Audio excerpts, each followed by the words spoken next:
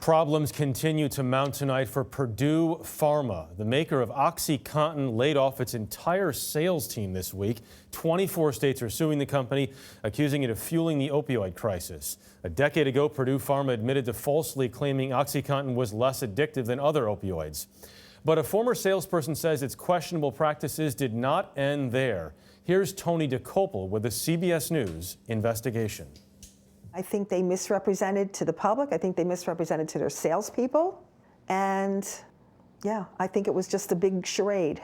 Carol Panera says she joined that charade in 2008 as an OxyContin salesperson for Purdue Pharma. So bottom line, sell as much as you can. Sell as much as you can. To what end? To making money. To making money. Just a year earlier, Purdue had admitted it falsely promoted OxyContin as less addictive by, among other means, claiming the drug's slow-release formula did not cause a buzz or euphoria. The company said the misstatements ended in 2001. But amid a widening addiction epidemic, Panera claims the company taught her to tell doctors that some patients might only appear to be addicted.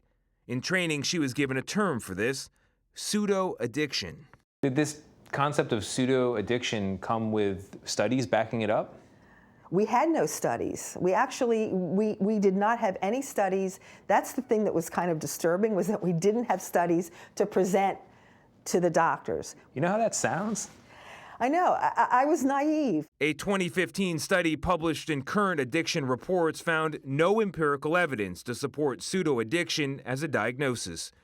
In a statement to CBS News, Purdue said it is confident that OxyContin sales have been consistent with the information contained in the FDA-approved label.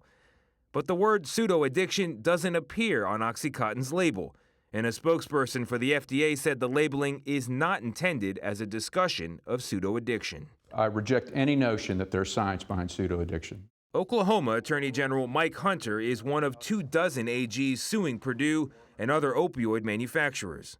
Many of the lawsuits mention pseudo-addiction. Do you think this is an epidemic that begins with Purdue Pharma and OxyContin? Yes. That's the start of it all. Yes. Carol Panera, who quit in 2013, says she hopes the drug maker is held accountable. Do you regret the 5 years you spent with Purdue Pharma? I'm going to sum it up and say this. I think that was one of the, if not the worst career decisions of my life. And between 2006 and 2010, as this pseudo-addiction concept was being used, OxyContin sales more than tripled to an all-time high. And Jeff, 1 year later, the CDC officially declared opioid painkiller overdoses epidemic. Pseudo-addiction. Pretty amazing to hear. Boggles the mind. Tony, thank you.